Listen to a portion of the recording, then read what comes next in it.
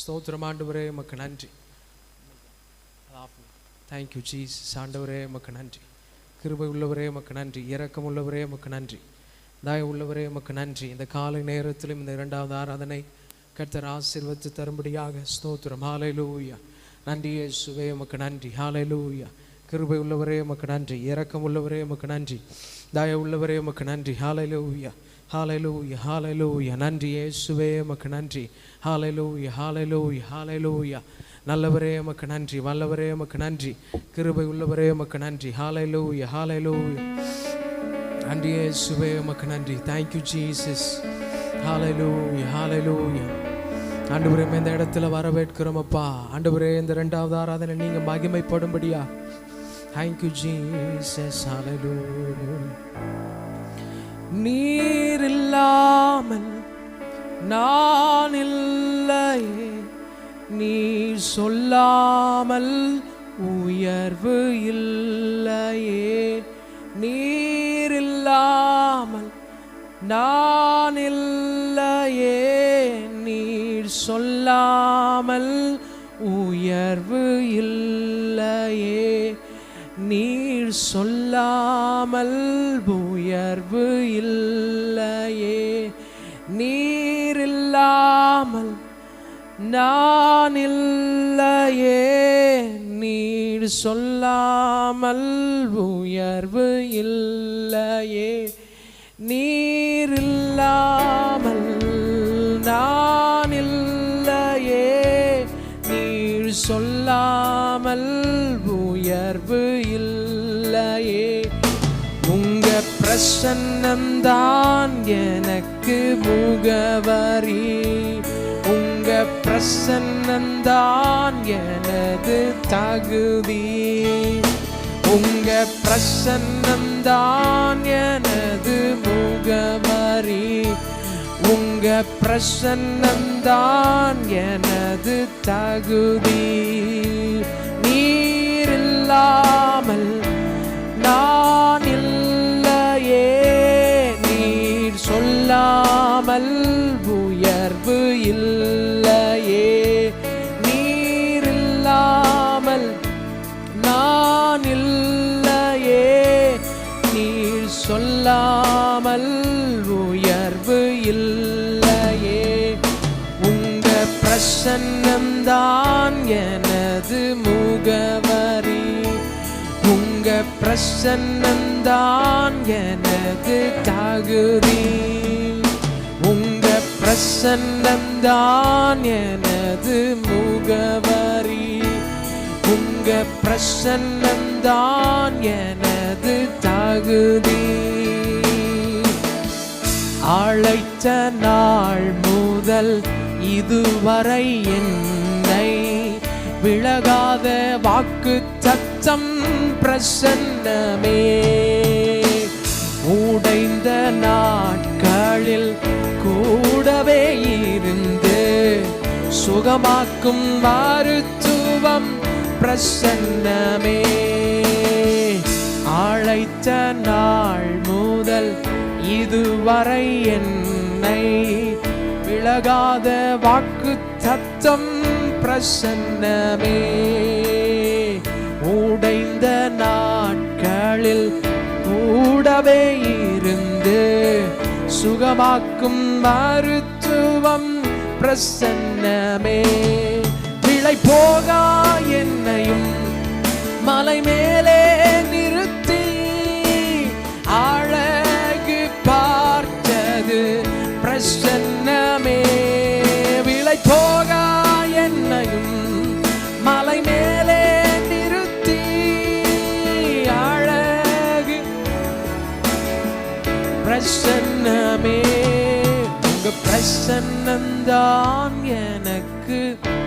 இரண்டாவது ஆராதனையிலும் உங்க பிரசன்னம்தான் எனது தகுதி, உங்க பிரசன்னம்தான் எனக்கு முகவரி, உங்க பிரசன்னம்தான் எனது தகுதி.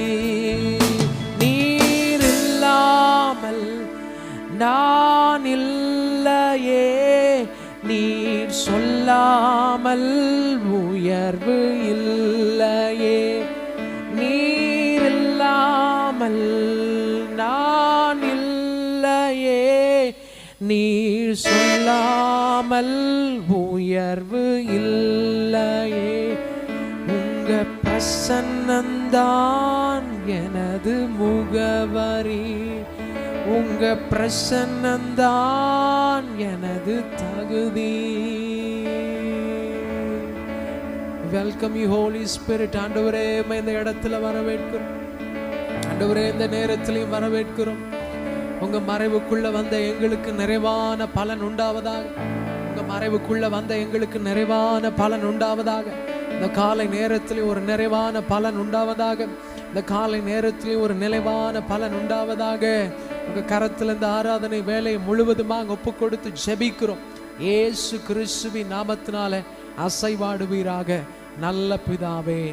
ஆமேன், ஆமேன், ஆமேன், ஆமேன், ஆமேன். ஹல்லேலூயா. கூடி வந்திருக்கிற யாவரையும் ஆண்டவராகிய இயேசு கிறிஸ்துவின் நாமத்தில் நான் வாழ்த்தி வரவேற்கிறேன். சிறகுகளின் நிழல்தனிலே நம்பி இளைப்பாறுவேன் என்ற அந்த பாடலை நாம் சேர்ந்து கைகளை தட்டி உற்சாகமாய் பாடுவோம்.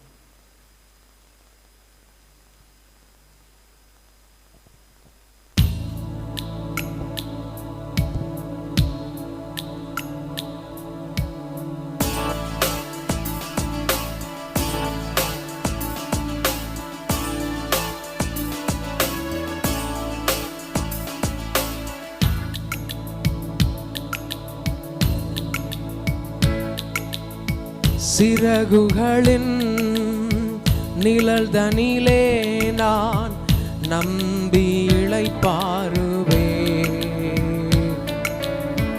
நீர் துணையாய் இருப்பதனால் என்றும் நம்பி இளைப்பாறுவேன்.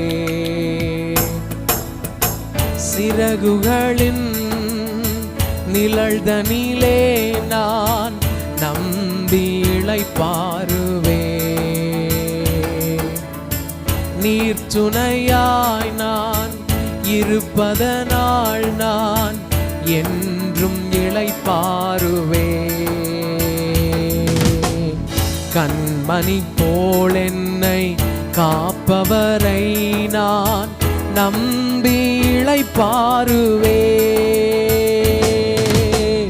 கண்மணி போல் என்னை காப்பவரை நான் நம்பி இளைப்பாறுவேன்.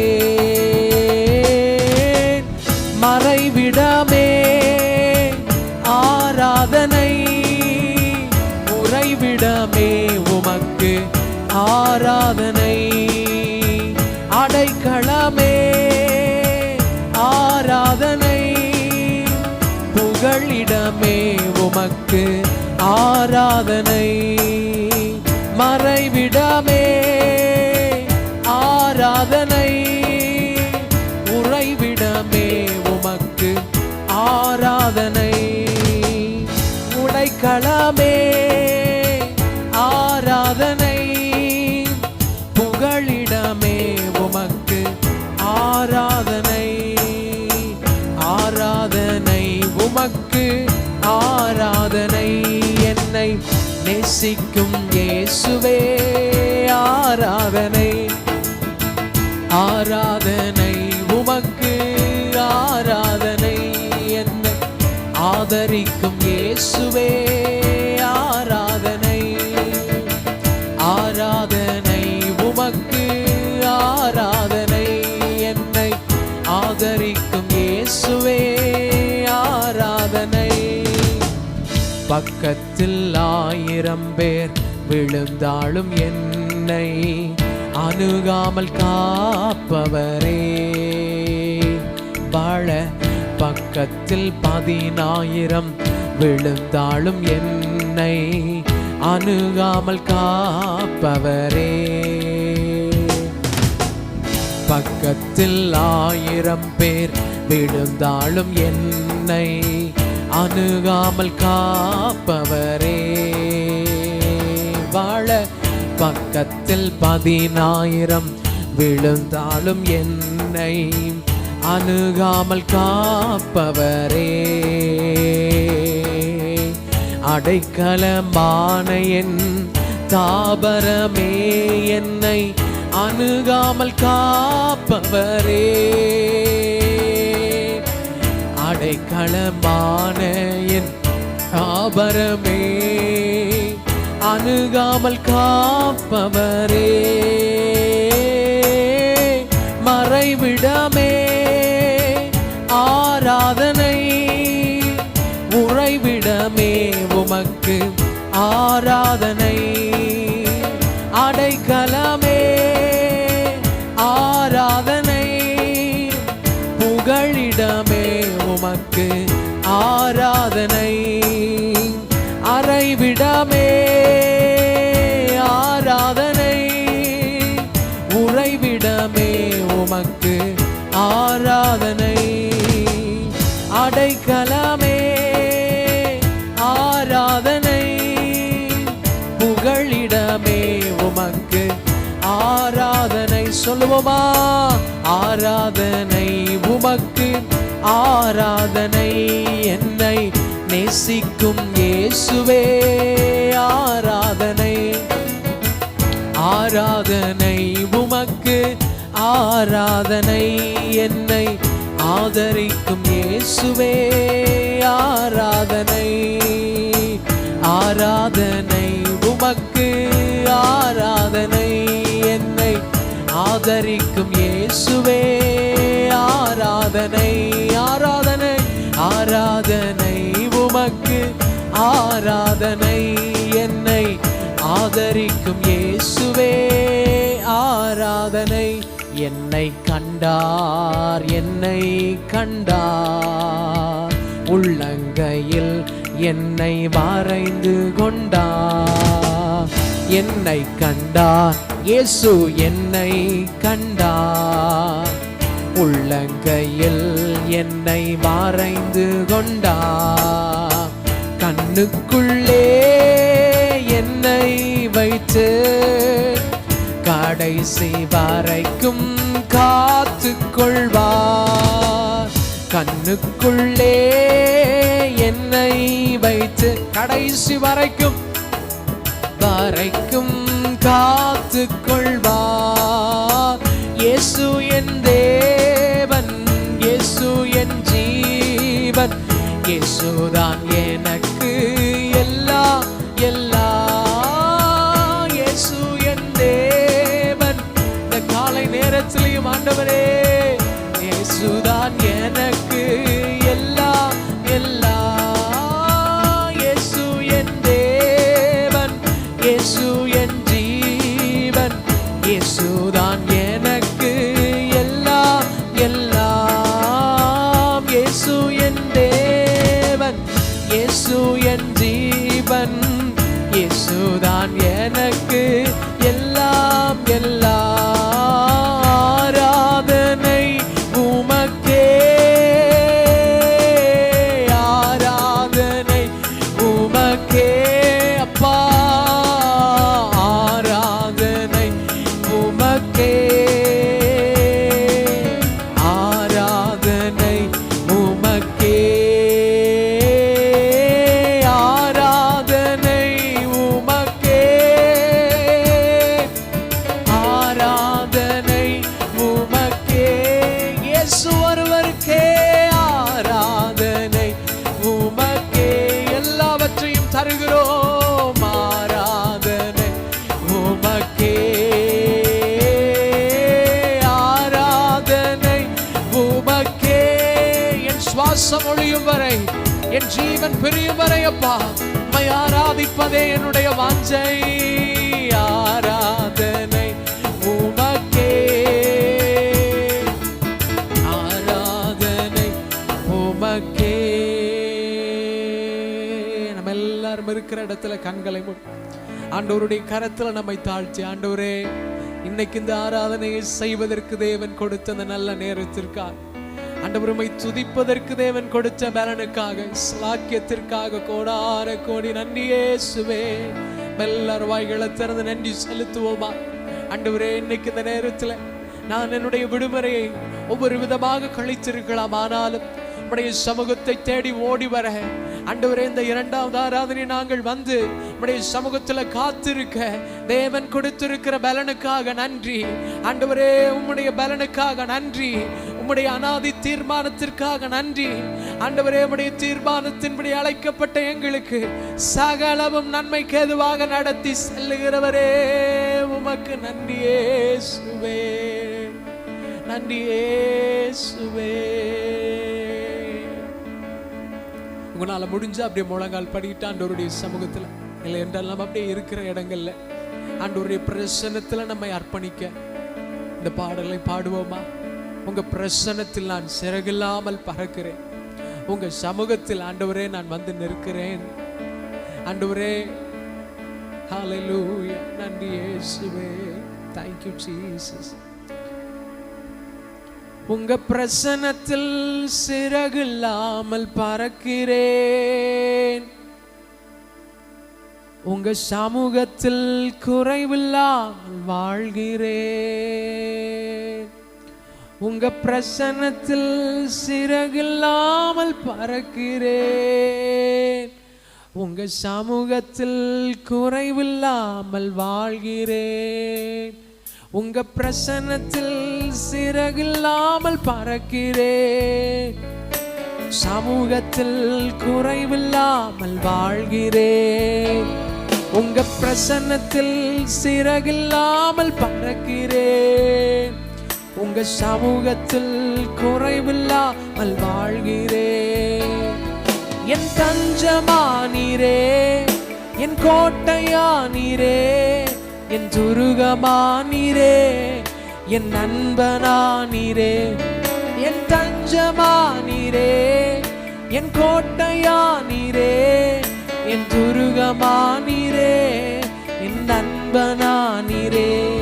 உங்க பிரசன்னத்தில் சிறகில்லாமல், thank you Jesus, குறைவில்லாமல் எல்லா நிலைகளும் மாறட்டும். உங்க பிரசன்னத்தில் கெட்ட சிந்தனைகள், கேடான சிந்தனைகள், அழிவின் யோசனைகள் எல்லாம் மாறட்டும் இயேசுவின் நாமத்தினால.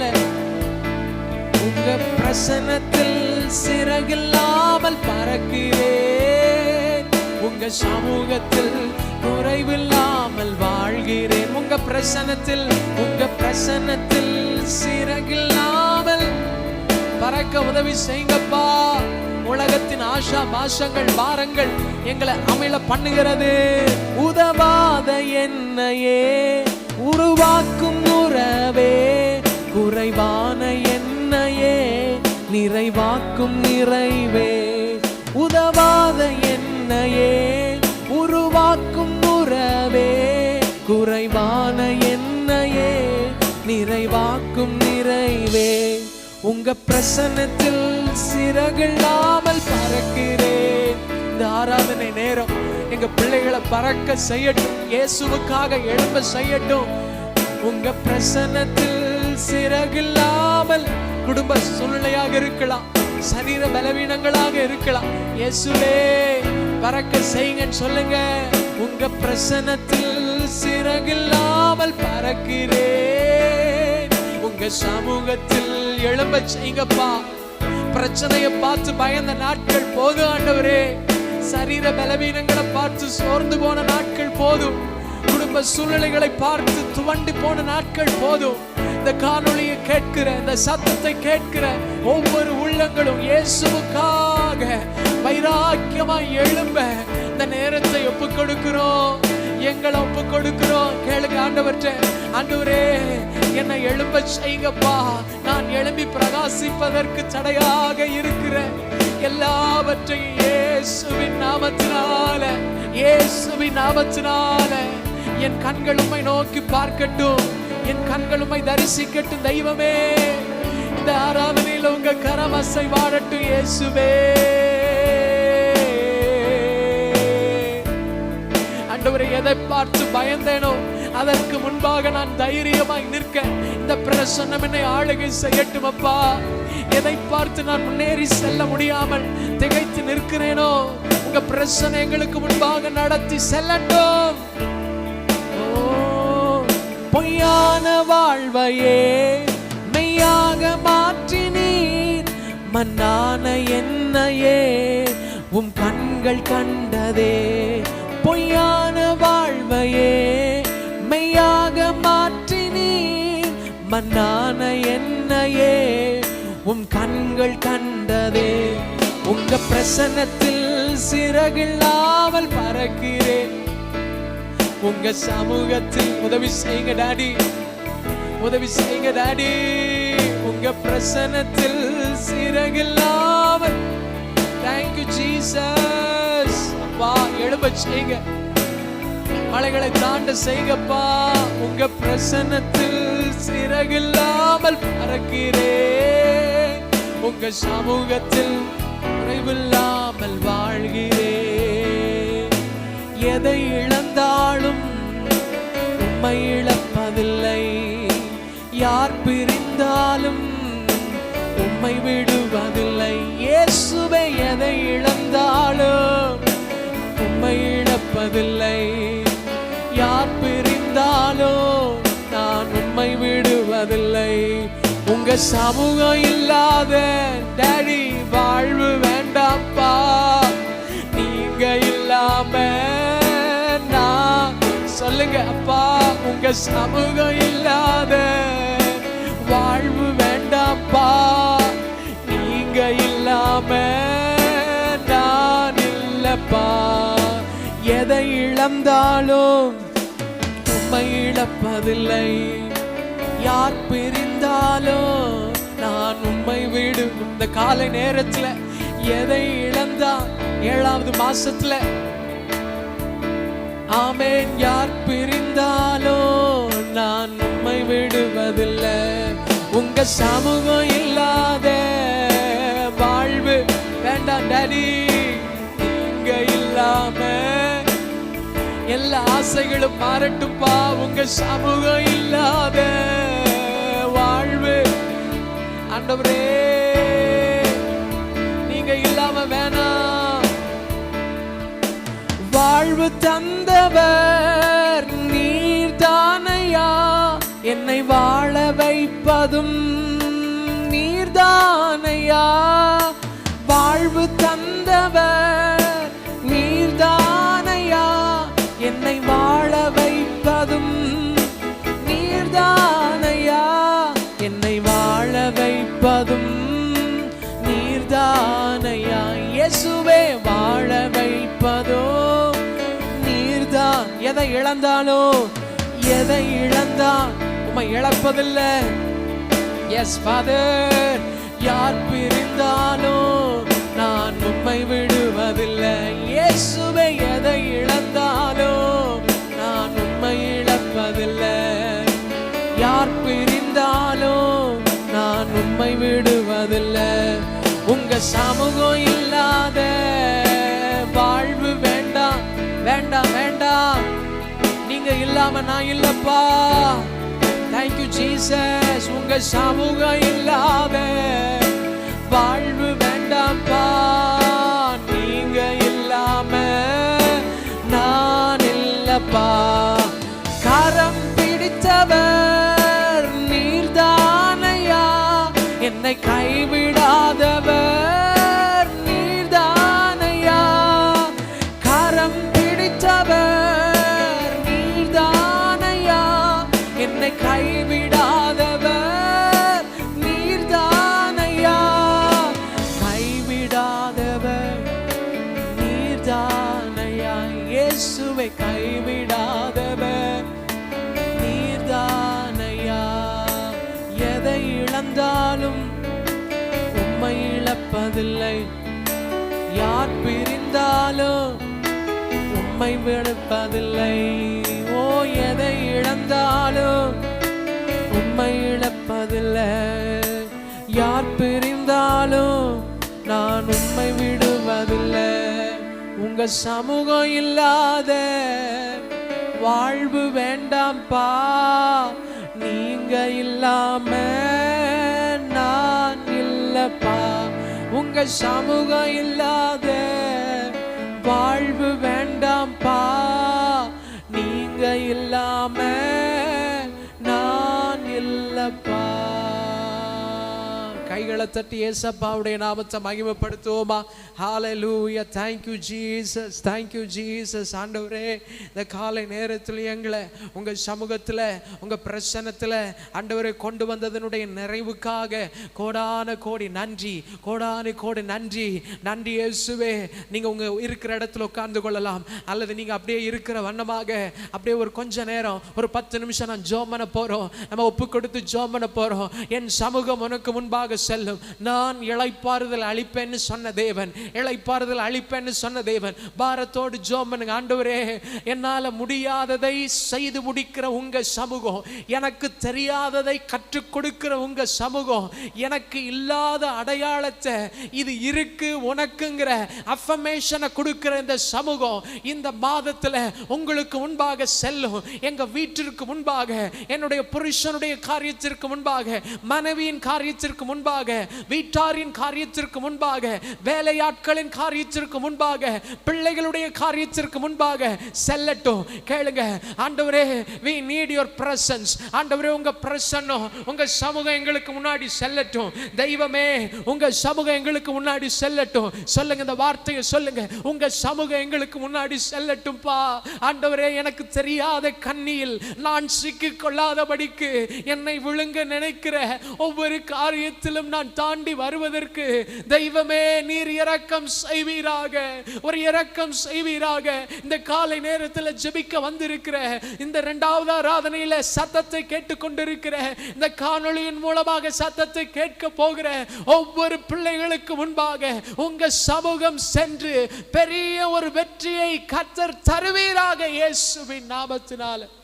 நன்றி ஆண்டவரே, நன்றி இயேசுவே. நம்மை விழுங்க நினைக்கிற பொல்லாத அக்னி ஆஸ்திரங்களை அவித்து போடத்தக்கதாக கர்த்தர் நமக்கு ஒரு விசுவாசத்தை கொடுக்கும்படியாக, நம்முடைய பிள்ளைகளுக்கு ஒரு விசுவாசத்தை கொடுக்கும்படியாக, கர்த்தர் சபைக்கு ஒரு விசுவாசத்தை கொடுக்கும்படியாக உங்க உள்ளத்து மேல கைகளை வச்சு ஜெபம் பண்ணுங்க. ஆண்டவரே, நான் எதை பார்த்தும் ஆண்டவரே எதையும் நான் நம்பி இல்லை, எந்த மனிதர்களையும் நான் நம்பி இல்லை, இவங்க செய்வாங்க அவங்க செய்வாங்க, இல்லப்பா நான் உங்களை மட்டுமே நம்பி இருக்கிறேன்ப்பா. நீங்க சொல்றதை நான் உண்மையா கேட்பேன்ப்பா, நீங்க சொல்றதை நாங்க உண்மையா கேட்போம். ஆண்டவரே, மனதா அதை கேட்டு அதன்படி நடப்போம்பா. இந்த காலை நேரத்தில் ஒரு பலன் எங்களுக்குள்ள வேணும். இந்த சபையின் அடையாளமே விசுவாசம்தான், என்னுடைய வாழ்க்கையின் அடையாளமே விசுவாசம்தான். அதில் நான் செழித்தோங்கி வளருவதற்கு உங்க சமூகம் எங்களுக்கு முன்னாடி செல்லட்டும். தெய்வமே, தெய்வமே, ஒரு பலனை கர்த்தர் தருவீராக, ஒரு பலனை கர்த்தர் தருவீராக. நான் கர்த்தரையே நம்பி இருக்கிறேன், நான் கர்த்தரை நம்பி இருக்கிறேன். இந்த காலை நேரத்தில் அந்த விசுவாசம் தான் உங்க பிள்ளைகளை கொண்டு வந்து இருக்குது, இந்த சத்தத்தை கேட்க பண்ணுது. இதுவரைக்கும் நடத்தி வந்த எபினேசரே, இந்த 7வது மாதத்தில் நடத்தி செல்லுங்க. உங்க பிள்ளைகளுக்கு முன்பாக இருக்கிற சவால்களை சமாளிக்க ஆண்டவரே, மலைகளை தாண்ட, பள்ளங்களை தாண்ட, கடனை தாண்ட, முடியாததை தாண்ட, தெரியாததை தாண்ட கர்த்தர் இரக்கம் செய்வீராக. கர்த்தர் ஒரு தயவை பாராட்டுவீராக. கர்த்தர் ஒரு இரக்கத்தை செய்வீராக. உங்க சமூகம் உங்க பிள்ளைகளுக்கு முன்பாக செல்லட்டும் இயேசுவின் நாமத்தினால. கர்த்தர் அப்படியே செய்ய போவதற்காக எல்லாரும் கைகளை தட்டி ஸ்தோத்திரம் பண்ணுவோமா? நல்ல கைகளை தட்டி thank you Jesus, ஸ்தோத்திரம் ஸ்தோத்திரம் ஸ்தோத்திரம் ஸ்தோத்திரம் ஸ்தோத்திரம்.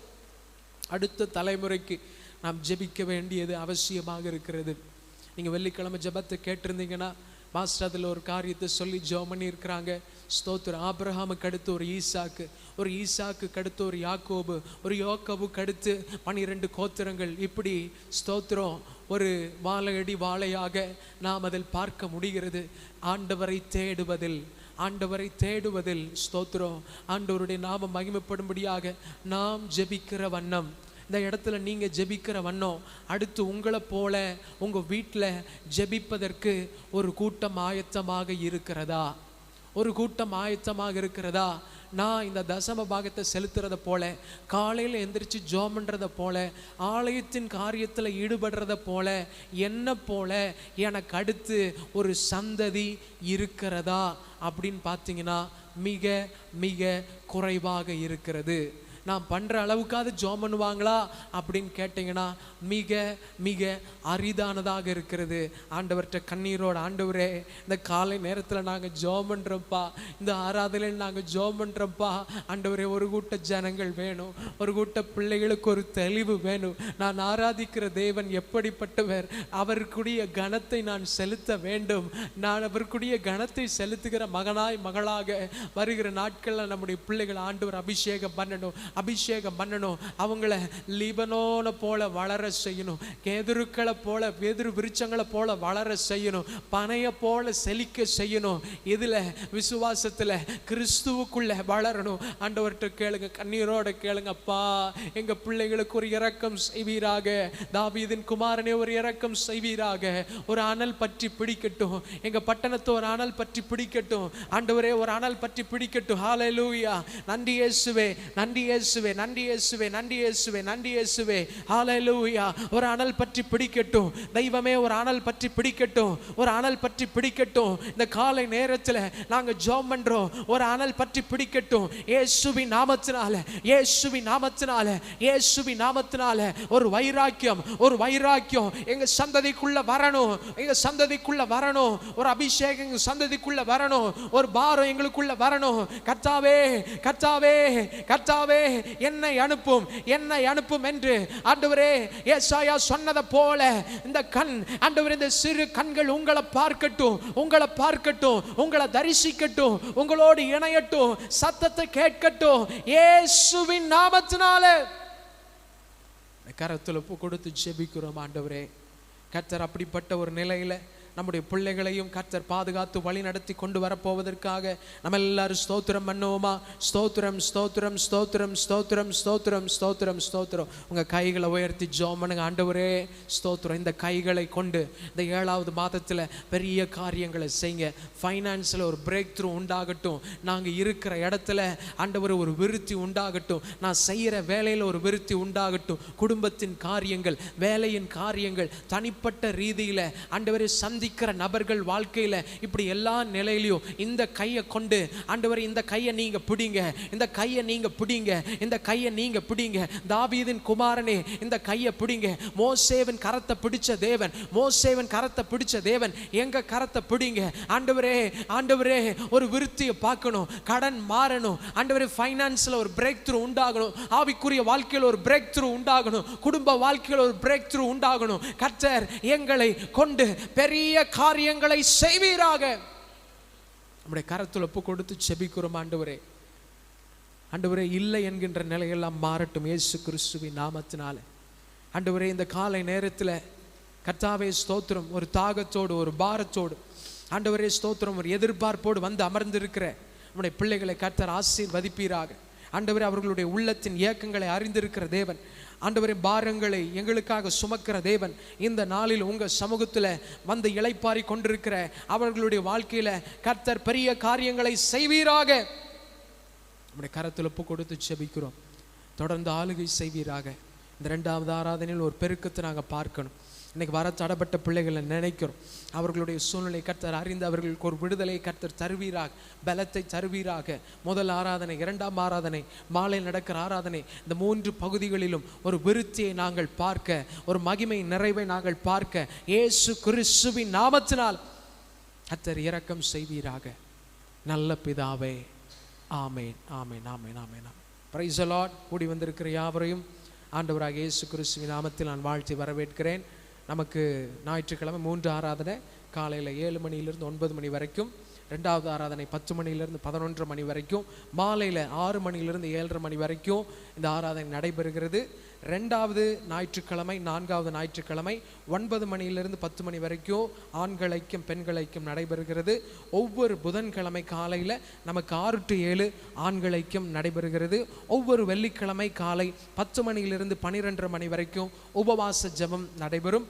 சனிக்கிழமை, 2வது சனிக்கிழமை பெண்களுக்காக 9:30 மணியிலிருந்து 1 மணி வரைக்கும் பெண்கள் ஐக்கியம் நடைபெறும். ஹல்லேலூயா.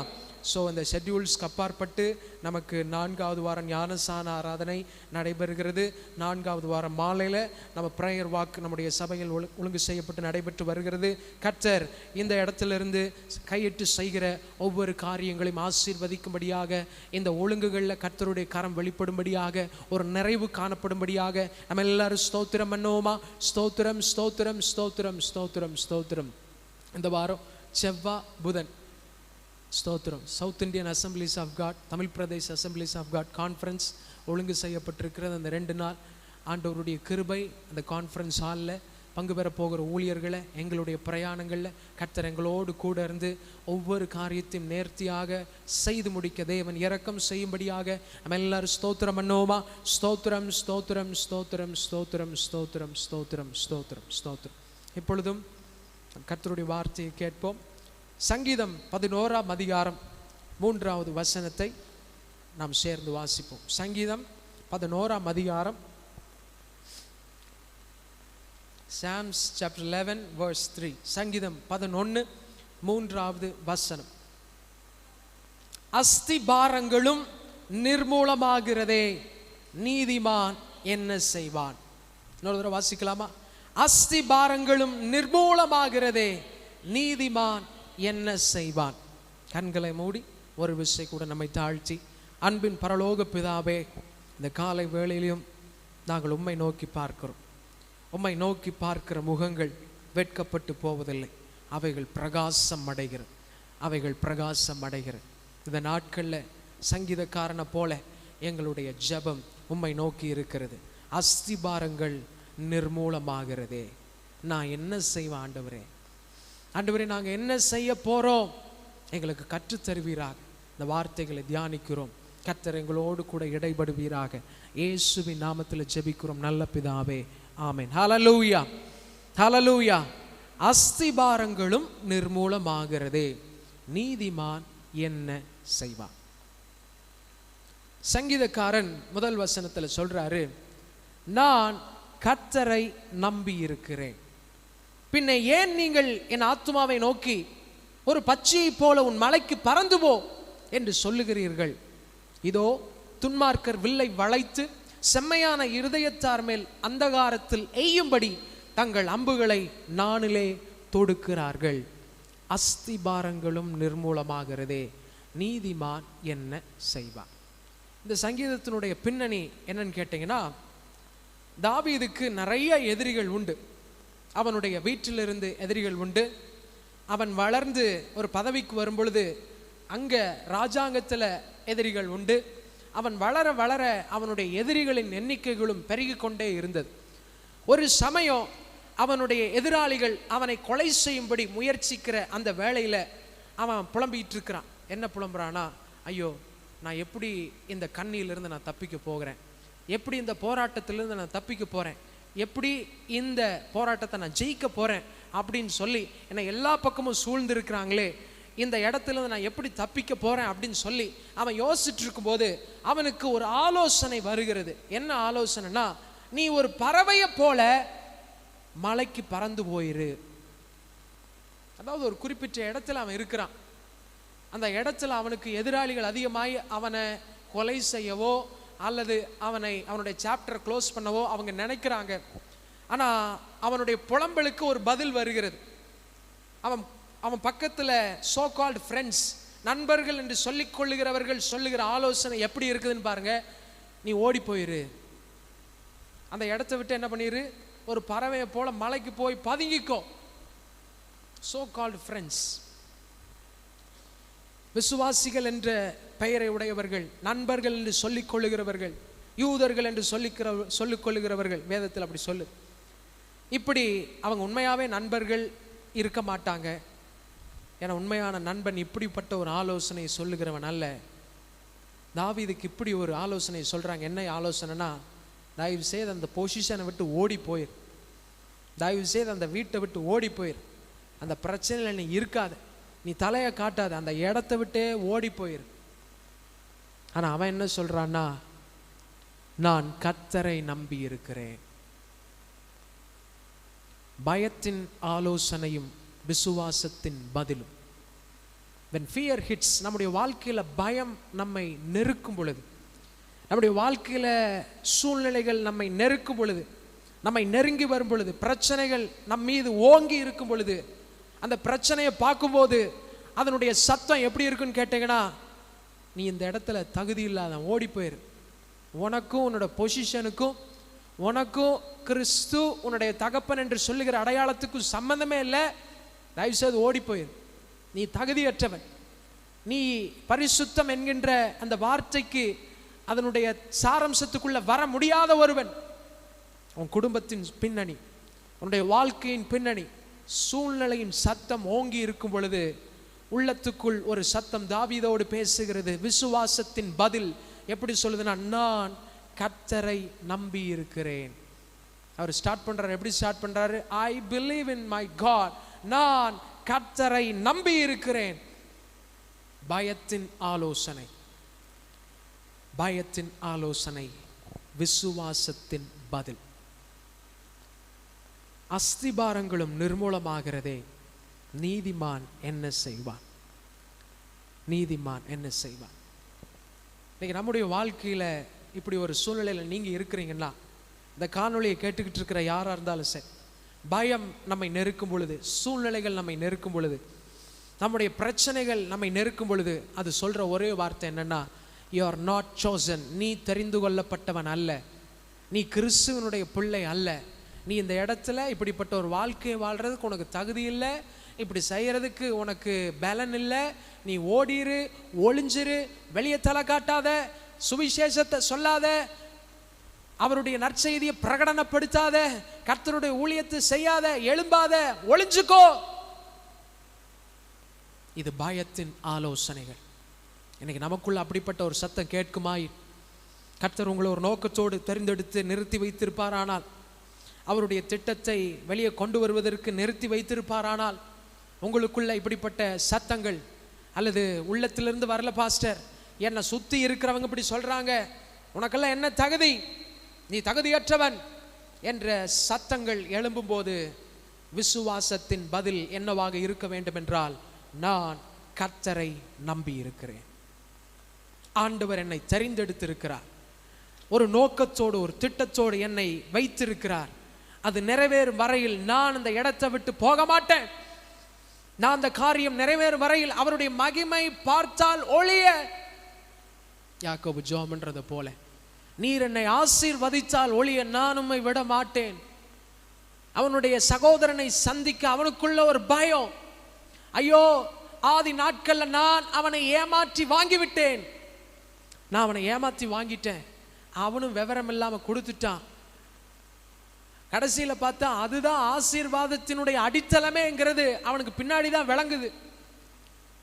நான் அதை விவரமா வாங்கிட்டேன், என்னுடைய சகோதரனை நான் எப்படி எதிர்கொள்ள போகிறேன்னு சொல்லி அவனுக்குள்ள ஒரு பயம். போய் ஜெபம் பண்றான். அதுக்கு முன்னாடி என்னென்னவோ பண்ணி பார்க்குறான். குழந்தைகளை பிரித்து, வேலைக்காரி குழந்தைகளை முன்னாடி, அடுத்தது லேயாள் குழந்தைகளை பின்னாடி, கடைசியாக தான் நேசிக்கிற ராகேலை பின்னாடி, பிள்ளைகளை பின்னாடி என்னென்னவோ ஆர்டர் பண்ணி பார்க்குறான். ஆனால் ஒன்றுமே சொல்யூஷனை கொண்டு வரல. போய் ஜெபம் பண்ண ஆரம்பிச்சிட்டான். நீர் என்னை ஆசீர்வதித்தால் ஒழிய நான் உம்மை விட மாட்டேன். நீர் என்னை ஆசீர்வதித்தால் ஒழிய உம்மை நான் விட மாட்டேன். அருமையான கர்த்தருடைய பிள்ளைகளே, இன்னைக்கு இந்த காலை நேரத்தில் இந்த செய்தியை கேட்டுக்கிட்டு உங்களுக்கு நான் சொல்ல விரும்புவது, அஸ்திபாரங்கள் நிர்மூலமாகலாம். நீதிமான் ஆகிய நீங்களும் நானும் என்ன செய்ய போற ஆண்டவரே? இந்த பயத்தின் சத்தங்கள் அதிகமாகி கொண்டே இருக்கிறதே, என்னை சூழ்ந்திருக்கிறவர்களுடைய இந்த குற்ற பார்வைகள், குற்ற உணர்ச்சிகள் என்னை நெருக்குகிறதே, என்னால் எழும்ப முடியவில்லை, உமக்காக செயல்பட முடியவில்லை, உமக்கென்று என்னை அர்ப்பணிக்க முடியவில்லை என்று சொல்லி உங்களுக்குள்ள ஒரு வாஞ்சை இருக்கலாம். நீங்க செய்ய வேண்டியது ஒன்னே ஒண்ணுதான். தேவன் உங்களை நோக்கி பேசுகிற வார்த்தைகளை நம்பி உங்களை ஒப்பு கொடுக்க வேண்டும். What are the foundations? தாவீது இந்த இடத்துல சொல்றாரு, அஸ்திபாரங்களும் நிர்மூலமாகிறதே. அங்கதான் அவர் உடைக்கப்பட்டார். ஏன்னா அவருடைய பார்வையில அஸ்திபாரம் என்று சொல்லி அவர் ஒரு சிலதை நினைச்சிருந்தார். என்னடா இதுவே உடையுதே. நம்மளுடைய புரிஞ்சு கொள்ற மாதிரி சொல்லணும்னா, எங்க பாஸ்டரே கீழே விழுந்துட்டாரே, எனக்கு வழிகாட்டின இந்த விசுவாசிய கீழே விழுந்துட்டாங்களே, அவங்களே பின்மாற்றத்தில் போயிட்டாங்களே, அவங்களே அந்த நிலைமையில் இருக்கிறாங்களே, ஒரு மூத்த விசுவாசிய செயல்படாம இருக்கிறாங்களே. These are the foundations. தாவீது சொல்றார், என்ன சொல்றாருன்னா, அவன் முன்மாதிரியாக நினைத்த சவுல் ராஜா அவனை கொலை செய்வதற்கு வெறி கொண்டிருக்கிறான்.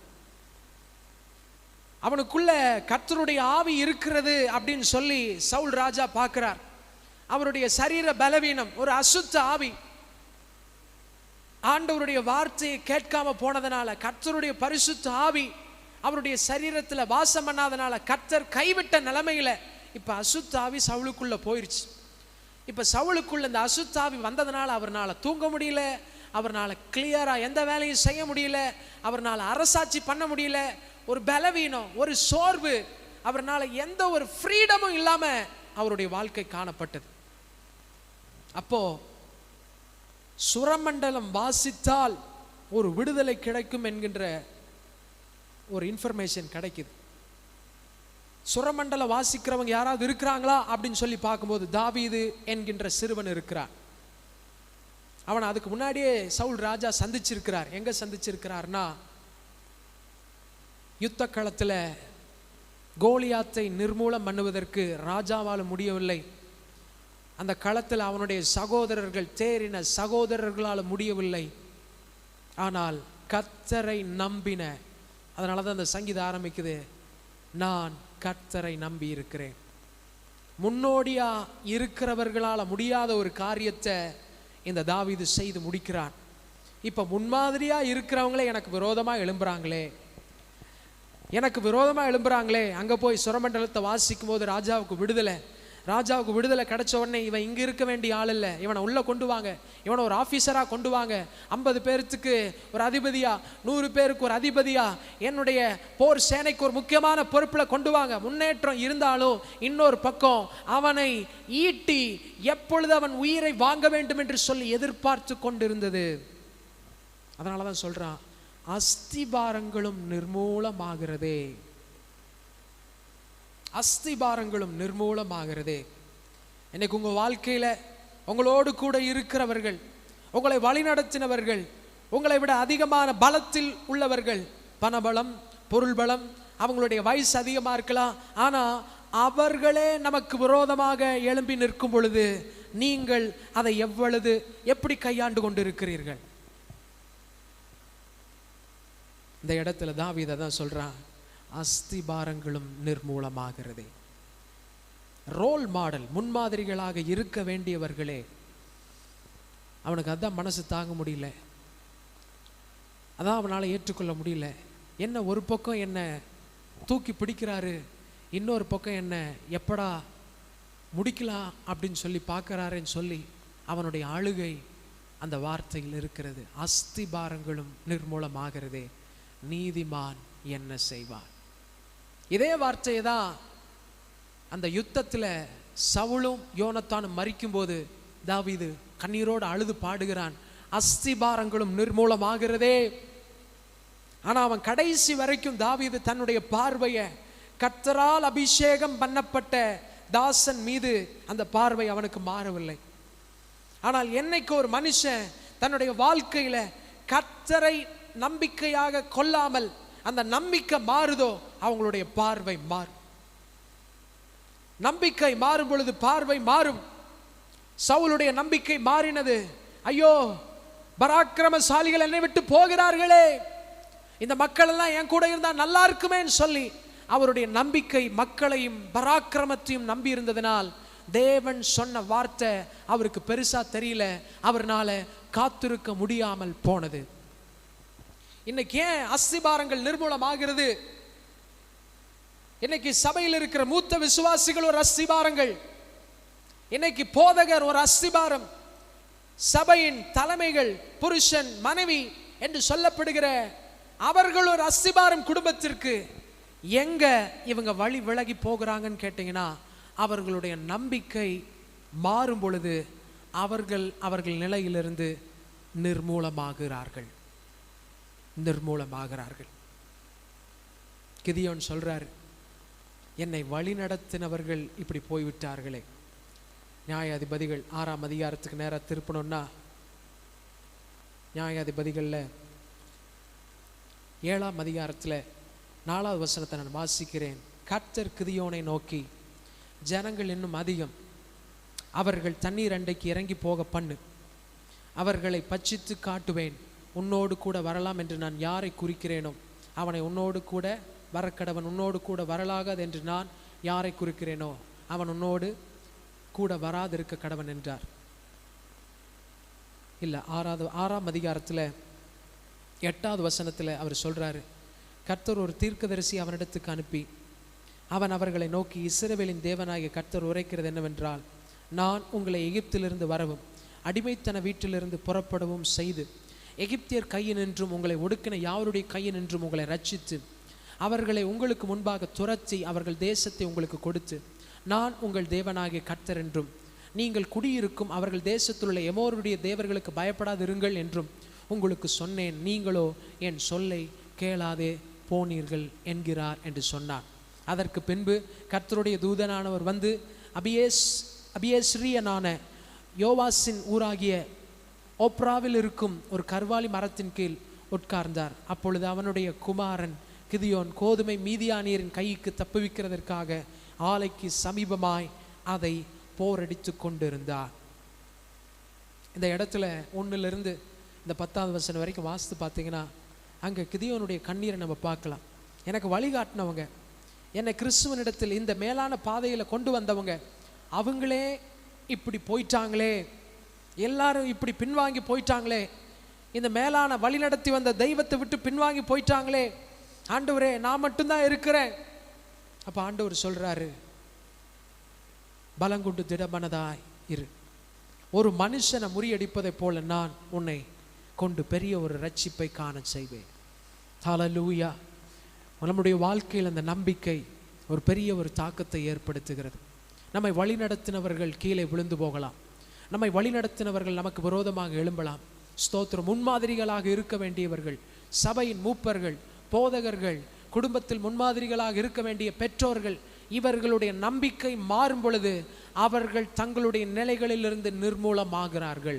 ஆனால் தாவீது இதையெல்லாம் பார்க்கும்போது, முன்மாதிரிகள் எல்லாம் இப்படி கீழே விழுகுதே, நான் என்ன செய்யட்டும் ஆண்டவரேன்னு சொல்லி அவனுடைய விண்ணப்பம் கர்த்தரை நோக்கி பார்க்கும் பொழுது, அவனுடைய விண்ணப்பம் கர்த்தரை நோக்கி பார்க்கும் பொழுது, சங்கீதம் 11ஆம் அதிகாரத்தில் கடைசி வசனம் இவ்வாறாக சொல்லுகிறது, கர்த்தர் நீதி உள்ளவர், நீதியின் மேல் பிரியப்படுவார், அவருடைய முகம் செம்மையானவனை நோக்கி இருக்கிறது. ஆண்டவர் உங்களை பார்ப்பார் அப்படின்னு இங்க தமிழ் மொழிபெயர்ப்பு சொல்லுது. ஆனா ஆங்கில மொழிபெயர்ப்பு எப்படி சொல்லுதுன்னா, நீங்க அவரை பார்ப்பீங்க, நீங்க அவர் திரும்ப ஆளுகை செய்யறத பார்ப்பீங்க, உங்க தலையை உயர்த்த போகிறத நீங்க பார்ப்பீங்க, அவருடைய முகம் செம்மையானவனை நோக்கும். ஆரம்பத்திலிருந்தே பார்த்துக்கிட்டே இருக்கிறாரு, இவன் உண்மையா இருக்கிறானே, இவன் மற்றவங்களை போல இல்லையே, இவன் எனக்காக வைராக்கியமா இருக்கிறானே அப்படிங்கிறத ஆண்டவர் பார்க்கிறாரு. இன்னொரு பக்கம் கர்த்தர் நீதி உள்ளவர், அவர் நீதியின் மேல் பிரியப்படுகிறவர் என்பதை அவருடைய கிரியைகள் நம்மை சந்திக்கிறதை நாம் காண்போம், நம்மை சந்திக்கிறதை நாம் காண்போம். இரண்டாவது அஸ்திபாரம் சொல்லி வேதம் எதை காண்பிக்கிறது என்றால், முதலாவது முன்மாதிரிகள், தலைமைத்துவத்தில் இருக்கிறவங்க, ராஜாவை போல இருக்கிறவங்க, சபையின் மூப்பர்கள், குடும்பத்தின் தலைவர்கள், இப்படி முன்மாதிரிகளாக இருக்கிறவங்களே இப்படி போயிட்டாங்களே, விரோதமாக இருக்கிறாங்களே அப்படின்னு சொல்லுகிற ஒரு பார்வை. ரெண்டாவது 1 கொரிந்தியர் 3ஆம் அதிகாரத்தில் 11வது வசனத்தை வாசிப்போம் என்றால், 11ஆம் வசனத்தை, அதுக்கு முன்பாக எபிரேயர் 6:1 வாசிருங்க, 6:1 வாசிருங்க. எபிரேயர் புதிய ஏற்பாடு 302வது பக்கம். ஆகையால் எபிரேயர் 6:1, ஆகையால் கிறிஸ்துவை பற்றி சொல்லிய மூல உபதேச வசனங்களை நாம் விட்டு செத்தை கிரியைகளுக்கு நீங்களாகும் மனம் திரும்புதல், தேவன் பேரில் வைக்கும் விசுவாசம், ஸ்தானங்களுக்கு அடுத்த உபதேசம், கைகளை வைக்குதல், மரித்தோரின் உயிர்த்தெழுதல், நித்திய நியாய தீர்ப்பு என்பவைகளாகிய அஸ்திபாரத்தை மறுபடியும் போடாமல் பூரணராகும்படி கடந்து போவோமாக. ஹல்லேலூயா, சத்தமா சொல்லுங்க ஹல்லேலூயா. இரண்டாவது அஸ்திபாரம் சொல்லி வேதம் எதை கற்றுக் கொடுக்கிறது என்றால் மூல உபதேசம். நம்முடைய கைகளில் இருக்கிற இந்த வேத புஸ்தகம் ஒரு அஸ்திபாரமாக நமக்கு இருக்கிறது.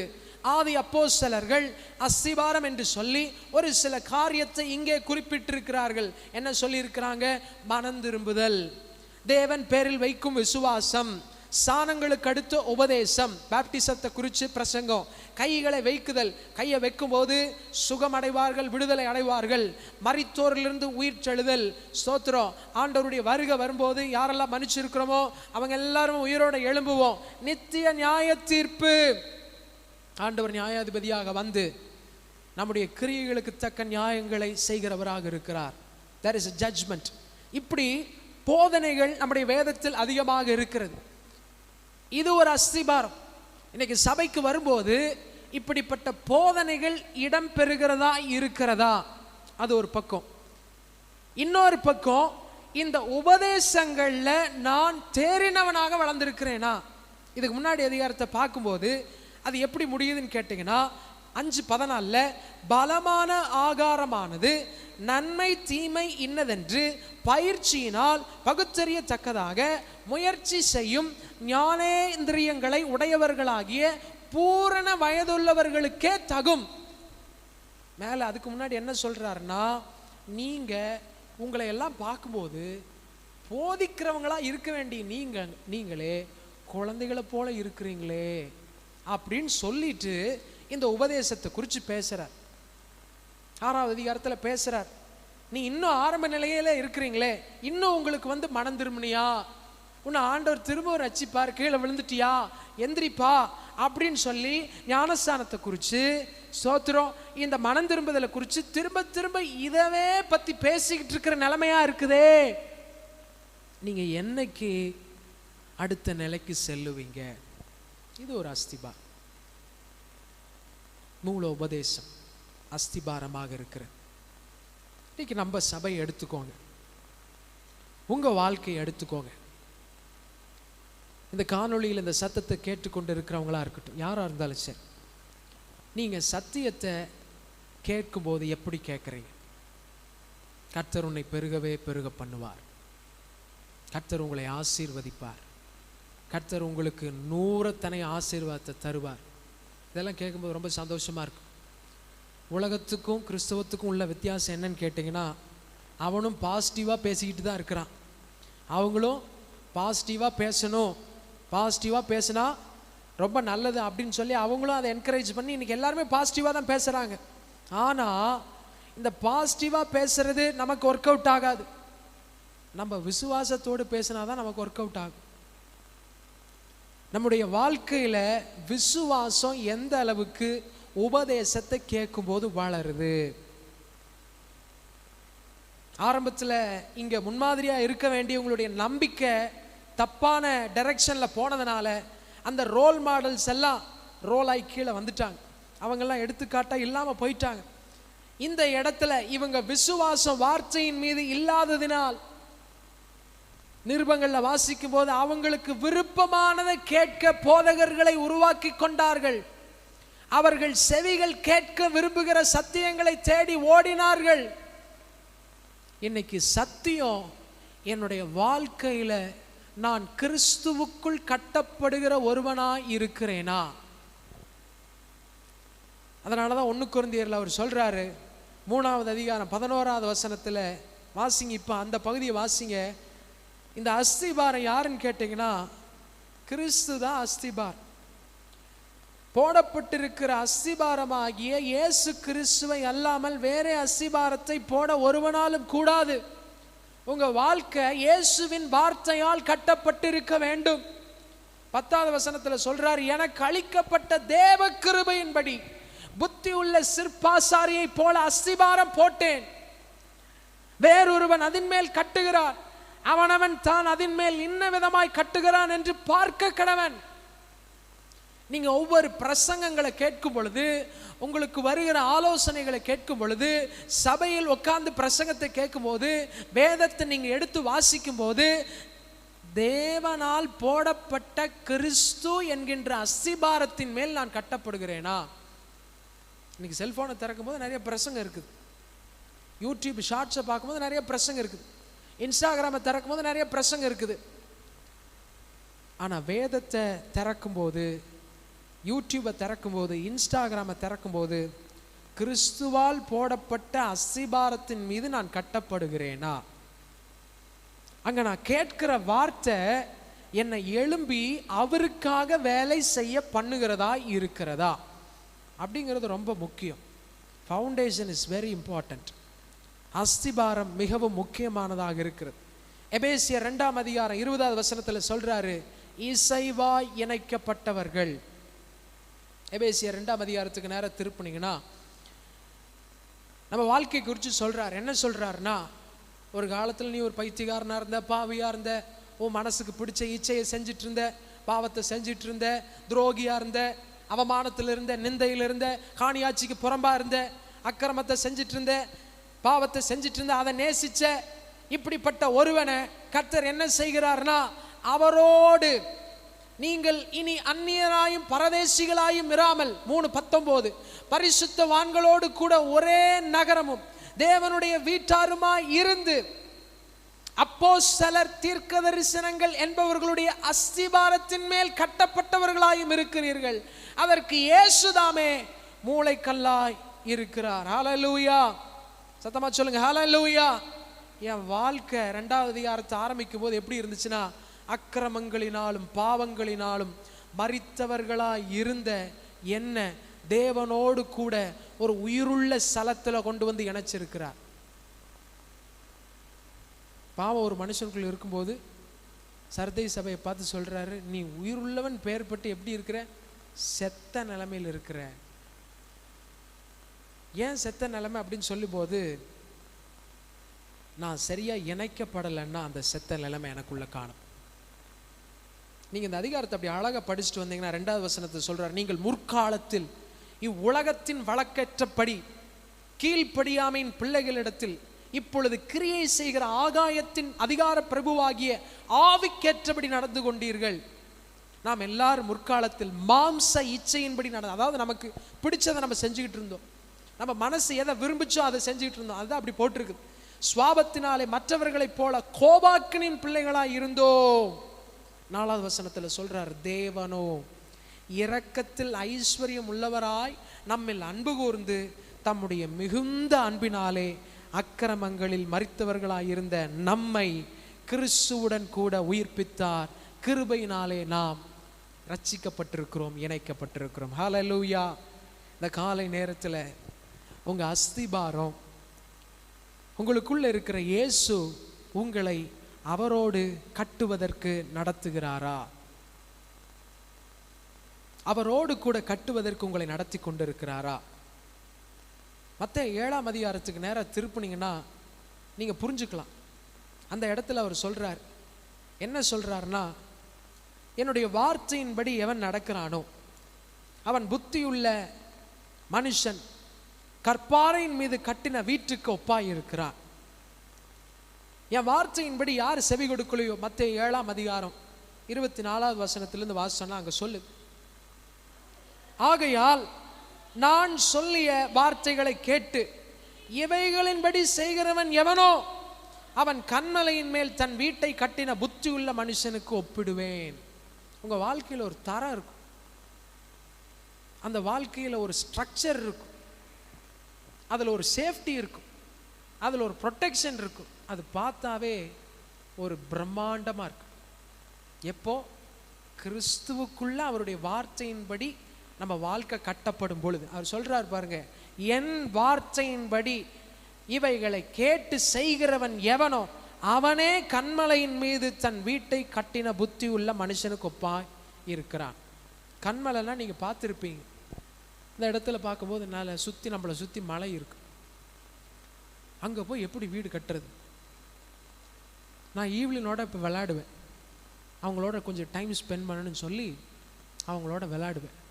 காலையில் நேரமே எந்திரிச்சாதான் அரௌண்ட் ஒரு 7-8 o'clock ஒரு சில நேரம் எந்திரிப்பான்.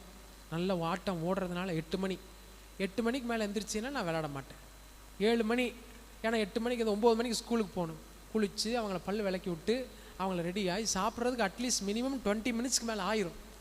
அப்புறம் 8 மணிக்கு போய் விளையாண்டுருந்தா டைம் கரெக்டாக இருக்காது. அதனால் எப்போயாவது 7 மணிக்கு எந்திரிச்சானா இந்த லேடிஸ் பாத்ரூமுக்கு முன்னாடி ஒரு வாட்டர் ஃபால்ஸ் இருக்கும், உள்ள தண்ணியெல்லாம் போய் ஊறின மாதிரி, அதை நாங்கள் கட்டினது தான். ஆமாம், அவளோட வந்து அவளுக்கு சொல்லி கொடுத்து இப்படி கொஞ்சம் விளையாடு, மண்ணெல்லாம் அப்படி போடு. சீக்கிரமாக கோபுரம் வளர்ந்துருச்சு. என்னது, மண்ணில் கட்டுறதுனால சீக்கிரமாக ஒரு பில்டிங் ஸ்ட்ரக்சர் வந்துருச்சு. ஆனால் இதே இது நான் போய் அங்கே கல்லில் போய் கண்மலையில் போய் கட்ட முடியுமான்னு யோசித்து பார்த்தீங்கன்னா வேலை ஆகாது. ஏன்னா அது ஸ்ட்ராங்காக இருக்கும். இங்கே நான் தண்ணி ஊற்றி தோண்டுனா மண் கொடன்னு உள்ளே போயிடுது. கொஞ்சம் டஃப்பாக இருந்துச்சுன்னா தோண்ட முடியல, மண் வரல அப்படின்னா கொஞ்சம் தண்ணி ஊற்றுனா அது பாட்டுக்கு கொடன்னு உள்ளே போய் மண் நாங்கள் எடுக்கும்போது வருது. அவளுக்கு ரொம்ப சந்தோஷமாக இருக்கு, ஜாலியாக இருக்குது அப்படின்னு சொல்லி உள்ள கை விட்டு களிமண் பிசைஞ்சு விளையாடுறதுக்கு. ஆனால் போய் நாங்கள் மலையில் போய் இப்படி விளையாட முடியுமான்னு கேட்டிங்கன்னா பிசைய முடியுமா அல்லது உடைக்க முடியுமா? இல்லை நான் தண்ணி ஊற்றுனா தான் அந்த கல்லெல்லாம் கொடன்னு எங்களுக்கு ஏற்ற மாதிரி வருமா? It doesn't work out. மண்ணில் ஈஸியாக வேலை ஆயிரும். ஆனால் இங்கே ஆண்டவர் சொல்கிறாரு, என் வார்த்தையின்படி ஒருத்தன் கேட்குறானா அவனுடைய வாழ்க்கை கண்மலையின் மீது கட்டப்படுகிற ஒரு நிலமாய் இருக்கிறது. அது ஒரு சாதாரண ஒரு வேலையே இல்லை. ஏன் இப்படி சொல்கிறாருன்னு கேட்டிங்கன்னா 5ஆம் அதிகாரத்திலிருந்தே 6ஆம் அதிகாரத்தில் நிறைய விஷயங்களை சொல்கிறார். 5ஆம் அதிகாரத்தில் போய் உன் சத்துருக்களை நேசி, அவங்களுக்காக ஜெபம் பண்ணு, நீ சபிக்காத யாரையும், ஆசீர்வதி. எப்படி ஒர்க் அவுட் ஆகும் யோசிச்சு பாருங்க. நல்லா இருக்கிற காரை ஒருத்தன் கல் எடுத்து கண்ணாடி உடைச்சிட்டு போயிட்டான், முதல்ல என்ன வரும்? இயேசுவின் நாமத்தினால எவன் இதை அடித்தானோ அப்படின்னு தான் வாயில வரும். ரியாலிட்டி நான் சொல்கிறேன். டயர் உங்கள் வண்டியில் இருக்குது, வீட்டுக்கு போகணுன்னு ஆர்வத்தோடு வரீங்க, உங்கள் கண்ணு பார்க்க டயரை பஞ்சர் பண்ணி விட்டுட்டு போனால் உங்கள் மனசு எப்படி இருக்கும்? ஆண்டவரே, இவன் இதை பண்ணிட்டு போனானோ, அவன் வீட்டில் ஏதாவது வரட்டும். ரியாலிட்டியாக நம்ம வாய் ஆட்டோமேட்டிக்காக என்ன தான் வரும்னா சபிக்கிறதுக்கு தான் வரும். ஆனால் இங்கே ஆண்டவர் சொல்கிறாரு, நீ அவங்கள சிநேகிப்பதற்காக, அவங்களுக்காக ஜெபம் பண்ணுறதுக்காக உன்னுடைய நாவை உபயோகப்படுத்து அப்படின்னு சொல்கிறார். எத்தனையோ பேர் அவங்களுடைய பணங்களை பஸ்ஸில் போகும்போது திருடிட்டு போயிருக்கிறாங்க. அவசரத்துக்கு வச்சு பாக்கெட்டில் இருந்ததை, அவங்களுடைய நிலைமையெல்லாம் ஆண்டவரே, ஒவ்வொருத்தரும் எப்படியெல்லாம் சாபம் போட்டிருப்பாங்க. இப்படி பல நிலைகளில் நம்முடைய வாழ்க்கை நெருக்கப்படும் பொழுது என்னுடைய நம்பிக்கை எதன் மீது இருக்கிறது? அஸ்திபாரங்கள் நிர்மூலமாகும் பொழுது என்னுடைய யோசனைகள் எப்படி இருக்கிறது? ஆண்டவர் இங்கே சொல்லி கொடுக்கிறார், நீங்களும் நானும் மணலில் வீடு கட்டுறவங்களா சீக்கிரமாக அந்த காரியத்தை அப்படி அந்த விஷயத்திலேருந்து எஸ்கேப் ஆகணுமா, அல்லது ஒரு நல்ல ஒரு நிலையில் கட்டப்பட்ட ஒரு மகளாக நாம் இருக்க வேண்டுமா? தன்னுடைய வார்த்தையை கேட்டு அதன்படி நடக்கிறவர்கள். ஒரு சில விஷயத்தை நம்மளால் மன்னிக்க முடியாது, ஒரு சில விஷயத்தை நம்மளால் ஏற்றுக்கொள்ள முடியாது. ஆனால் கர்த்தருடைய வார்த்தை என்ன சொல்லுகிறதுனா, மன்னிக்க வேண்டும், ஏற்றுக்கொள்ள வேண்டும். என்னுடைய பலத்தினால முடியாது, என்னுடைய மாம்ச பலத்தினால நான் அவர் சொல்கிறத கீழ்ப்படியவே முடியாது. பழைய ஏற்பாட்டு காலத்தில் அவங்களுடைய மாம்ச பலத்தை உபயோகப்படுத்தி அவங்க செய்யணும்னு முயற்சித்தாங்க. நடந்தது என்ன? அவங்களுக்கும் ஆண்டவருக்கும் பெரிய கேப்பாக வந்துருச்சு. அதனால தான் இந்த கேப்பை ஃபுல்ஃபில் பண்ணுறதுக்கு இயேசு கிறிஸ்து வந்தார். இந்த கட்டளைகளை எல்லாம் எப்படி கீழ்ப்படியணும், எப்படி நடைமுறைப்படுத்தணும் அப்படின்னு சொல்லி அவரை குறித்து அவர் சொல்கிறார். மத்தேயு 5ஆம் அதிகாரத்தில், நான் இவைகளை அழிக்க வரவில்லை, இவைகளை நிறைவேற்ற வந்தேன் என்று சொல்லி அவர் சொல்லுகிறார். நான் ஊழியம் கொள்வதற்காக அல்ல, ஊழியம் செய்வதற்காக நான் வந்திருக்கிறேன். இதுதான் கிறிஸ்தவ வாழ்க்கை. அப்சைட் டவுன் கிங்டம் ஆங்கிலத்தில் அப்படி சொல்லுவாங்க. கிங்டம் அப்படின்னு சொல்லும்போது ராஜா எல்லா வேலையும் செய்வார், ராஜா மற்றவங்களை வேலை வாங்குவார். ஆனால் இங்க தேவன் ஒரு ராஜ்யத்தை ஸ்தாபிக்க விரும்புகிறார். தேவன் ஒரு ராஜ்யத்துக்கு அஸ்திபாரம் போடுகிறார். அது என்னன்னா அப்சைட் டவுன் கிங்டம். இந்த கிங்டம்ல எல்லாமே தலைகீழா இருக்கும். நீங்க ஃபர்ஸ்ட் வரணுமா, உங்களை எல்லாரும் மதிக்கணும்னு நினைச்சீங்கன்னா நீங்க முதலாவது வந்து வேலை செய்யணும் அப்படின்னு சொல்றார். If you want to be first, if you want to be honoured, நீ மகிமை பெற்றுக்கொள்ள விரும்பினால், நீ எல்லாருக்குள்ள முதன்மையானவனாக இருக்க விரும்பினால் நீ கொஞ்சம் வேலை செய்யும், நீ கொஞ்சம் ஒர்க் அவுட் பண்ணணும். இப்படி நிறைய காரியங்களை ஆண்டவர் இந்த இடத்துல பிரின்சிபலாக சொல்லி இருக்கிறார். 1 கொரிந்தியர் 3ஆம் அதிகாரத்துக்குள்ள திருப்பிப்போம். அந்த இடத்துல அவர் சொல்றாரு, இயேசுவே அஸ்திபாரமாய் இருக்கிறார்.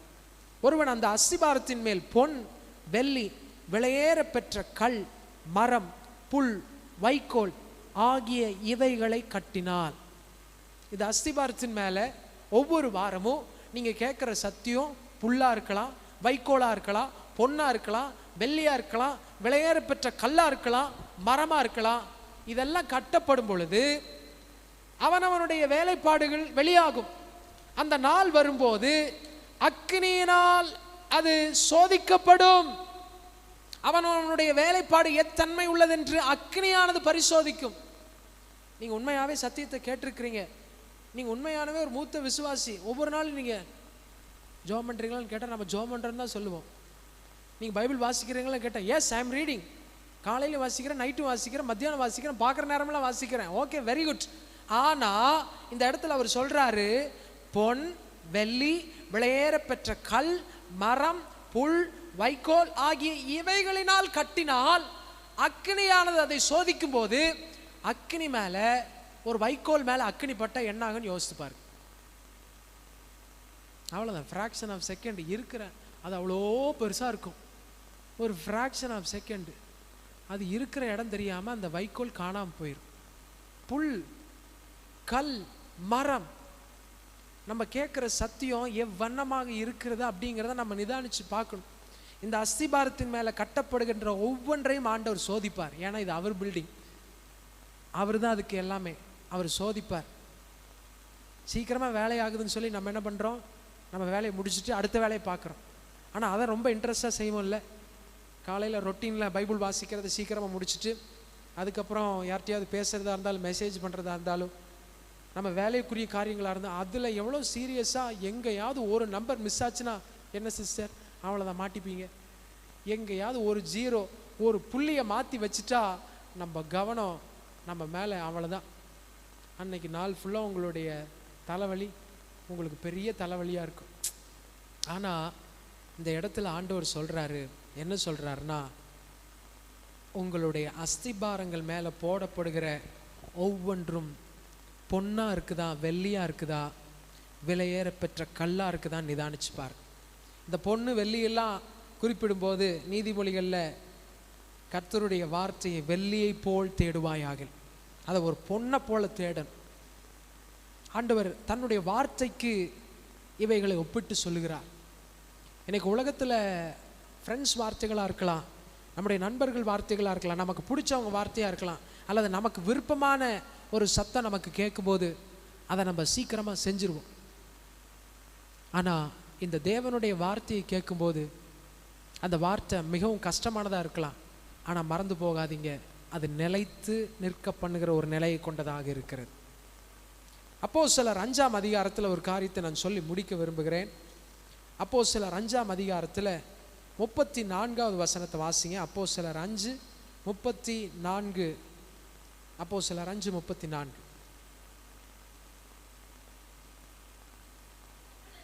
அப்பொழுது சகல ஜனங்களாலும் கனம் பெற்ற நியாயாஸ்திரியாகிய கமாலியேல் என்னும் பெயர் கொண்ட ஒரு பரிசேயன் ஆலோசனை சங்கத்தில் எழுந்திருந்து அப்போஸ்தலரை சற்று நேரம் வெளியே கொண்டு போக சொல்லி சங்கத்தாரை நோக்கி, இஸ்ரவேலரே, இந்த மனுஷருக்கு நீங்கள் செய்ய போகிறதை குறித்து எச்சரிக்கையாய் இருங்கள். யாருக்கு செய்ய போறதை குறித்து அப்படின்னு சொல்லி பார்த்தீங்கன்னா, 5ஆம் அதிகாரத்தில் பெரிய கூட்டம், 2ஆம் அதிகாரத்திலிருந்து இந்த கூட்டம் வளர்ந்துக்கிட்டே வருது. இந்த கூட்டத்தை ஒருத்தர்னாலே தடுக்க முடியல. ராஜா ஒரு 2 பேர்த்த கொலை செஞ்சு பார்த்தாரு 4ஆம் அதிகாரத்தில், கொலைனாலையும் ஸ்டாப் பண்ண முடியல. 5ஆம் அதிகாரத்தில் இவங்களும் 4ஆம் அதிகாரத்தில் சிறைச்சாலையிலும் போட்டு பார்க்குறாங்க, 5ஆம் அதிகாரத்தில் சிறைச்சாலையில் போடுறாங்க. ஆதி அப்போஸ்தலர்களை அடித்து பார்க்குறாங்க, உதைச்சு பார்க்குறாங்க. இவங்களை ஏதாவது பண்ணணுமேன்னு சொல்லி இந்த பெருக்கத்தை தடை செய்ய வேண்டும் என்று நினைத்தார்கள்.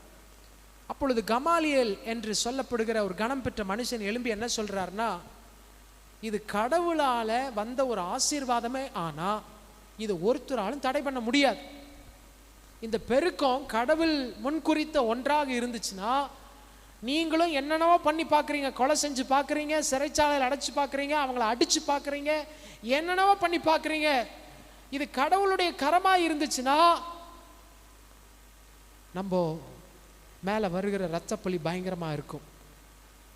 இது கடவுளால் ஆயத்தம் பண்ணப்படாத ஒரு காரியமாக இருந்துச்சுன்னா அதுவே தானாக என்ன ஆயிரும், இல்லாமல் போயிடும். இதுதான் உண்மையான ரியல் ஃபவுண்டேஷன். உங்கள் வாழ்க்கையில் நீங்கள் இது ஆண்டவர் சொன்னார், இது ஆண்டவர் எனக்கு கொடுத்தாரு அப்படின்னு சொல்கிற விஷயம் உண்மையாகவே அவரை கொண்டு ஒரு அஸ்திபாரம் நிறைந்ததாக இருந்துச்சுன்னா ஒருத்தராலையும் அதை அசைக்கவே முடியாது.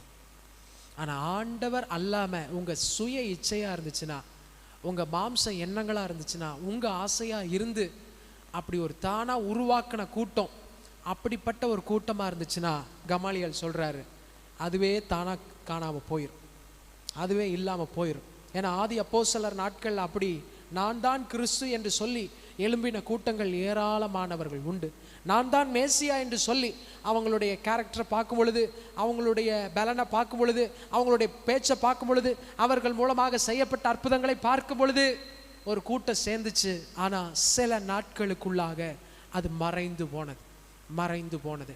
ஆண்டவர் நம்மை மறைந்து ஒளிந்து இருப்பதற்காக அழைக்கவில்லை, நமக்குள்ள அஸ்திபாரத்தை போட்டிருக்கிறாரு, வார்த்தையை கொண்டு போட்டிருக்கிறாரு. அந்த வார்த்தையை நம்பி நீங்களும் நானும் இறங்கி நிற்கும் பொழுது ஏற்ற வேளையில் கர்த்தர் நம்முடைய தலைகளை உயர்த்துகிறவராக இருப்பார். நமக்கு சுற்றி நடக்கிற காரியங்களை குறித்து நீங்களும் நானும் சோர்ந்து போவது சரியான ஒன்று அல்ல. ஹல்லேலூயா. இந்த இடத்துல என்ன நடந்துச்சுன்னு கேட்டிங்கன்னா, தாவீதுனுடைய வாழ்க்கையில் கர்த்தர் ஒரு அற்புதத்தை செய்கிறார். அவனை விசாரிக்கிறார், அவனுடைய கண்ணீரின் ஜெபத்தை கேட்கிறார். ஆனால் இந்த இடத்துல இன்னொரு பக்கம் அவனுடைய அழுகையில் இந்த அஸ்திபாரமெல்லாம் போதே, இந்த முன்மாதிரிகள்லாம் போகிறாங்களே, கீழே விழுகிறாங்களே, எனக்கு விரோதமாக இருக்கிறாங்களே, ஏன் அப்படி விரோதமாக மாறினாங்க? God was replaced. ஏன் அப்படிப்பட்ட ஒரு வீழ்ச்சி?